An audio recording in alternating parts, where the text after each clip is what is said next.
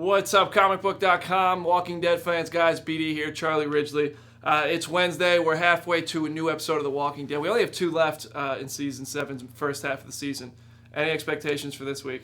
I think it's going to pick up a lot. We've seen all the characters interacting, or at least in the episode, so I know we're looking forward to it. We've had literally nothing but build-up so far. Yeah. But we're going to watch the episode as soon as we're done here. But before we watch the episode, there's a few things we wanted to talk about so that we can do it spoiler-free. First of all, let's talk about last week's episode, Oceanside, Tara.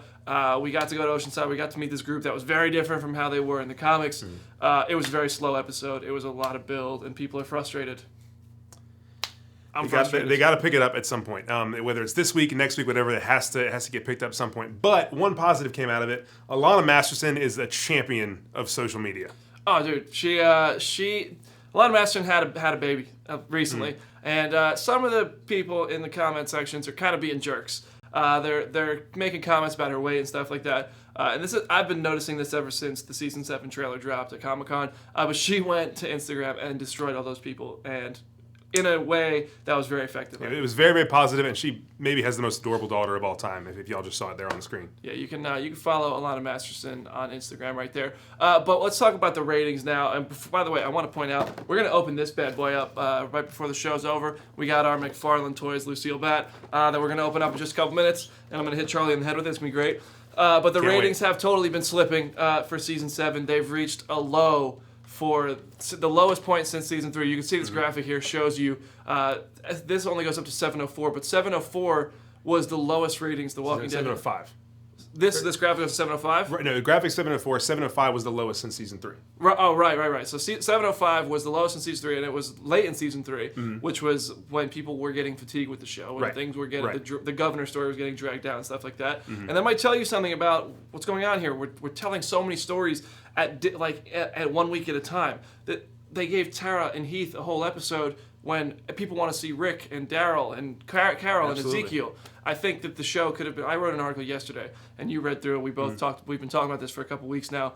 How the show could have been better if it followed that, or pretty much any show that has multiple groups, but that storyline of multiple focuses in each episode. Right. And I think they're going to get back to that this week. Like we saw in that trailer, we saw Rick, we saw Carol, we saw Jesus and Carl. We've seen Michonne in a clip. We know they're all going to be here, and I think they're getting back to that. Just like they did in Season 3 when there was that big dip in ratings, they're kind of starting to move back towards a center of gravity. If you remember, even in Season 4 when they split up for Terminus, it really paid off when they all came back together. And I feel like, even in Season 4, or it might have been early Season 5, when Glenn was looking for Maggie, this was an episode, you know the name of the episode. We were just talking about this. You just watched it on Netflix. When Glenn was looking for Maggie, he's with Abraham, and Maggie was looking for Terminus, and you also had Carol and Tyrese. It was Season 4, I can't remember the exact name of it. And everyone ended up at Terminus after this, but it balanced all those storylines really well, and that's why people are getting frustrated, because we're seeing one story per week, and then we met Ezekiel. He became a fan favorite character. That was 5 weeks ago now. We haven't seen Ezekiel since. We haven't seen Carol and Morgan since. It's frustrating. It's definitely frustrating, and I get it. But I think that hopefully this will all pay off. I think that, like you said, this week is when things will start to overlap. The groups will start to come together, and we'll see multiple perspectives. I mean, remember that this week is a 90-minute episode, and we have this one and one more before the mid-season finale. So a lot of stuff that we've seen kind of trickle off is going to come back together in a really solid way, hopefully at some point in the next 2 weeks. I hope so. I'm excited to watch. But Negan, Jeffrey Dean Morgan, just said that he is on board for Season 8. So this is no surprise to comic book fans. Obviously, he's been in the comics for 60 issues now. 61 publishes next Wednesday. But this is 60 issues of Negan. He's kind of becoming an anti-hero. His story is fantastic. That's Lucille's impact. His story is fantastic in the comic. It's one of the best. He's probably my favorite character. But obviously, if you read the comics, you know, don't expect Negan to go. Well, there was a rumor going on for a while that Rick would end up killing Negan on the show. A lot of people speculated that. This sets up maybe not. Probably, definitely not in Season 7. I hope not. And Carl, that's the hot topic right now is Carl. His father left that note on Facebook saying, Season 7, 7-year contract completed. So proud of my son, blah, blah, blah. Carl got into college for some reason. He's interested in going to Auburn. Beats me as to why. Go Gamecocks.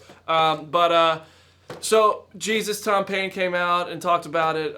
His mother came out and talked about it. I think Carl is safe. I don't think we should be worried about Carl. Jesus actually slipped up and said Carl is the future of the show. And then he was like, I mean the comics. But I don't think Carl's going away. I think this week is going to be a huge episode for Carl Grimes. If you've read the comics, you have high expectations for this episode titled Sing Me a Song. You know what to expect. I don't want to go too spoilery. It's a big tie to the comics for Carl's storyline. I don't want to go too far into it. But it's a very interesting relationship. And I'm really excited about what they're doing with Jesus as well, because that's a relationship that wasn't explored in the comics. But this kind of truck ride they've got together, Jesus is a very calm, composed, patient person. Yep. And Carl, as we've seen, is very much not. Just by going and getting that car, he wants to get it done right now.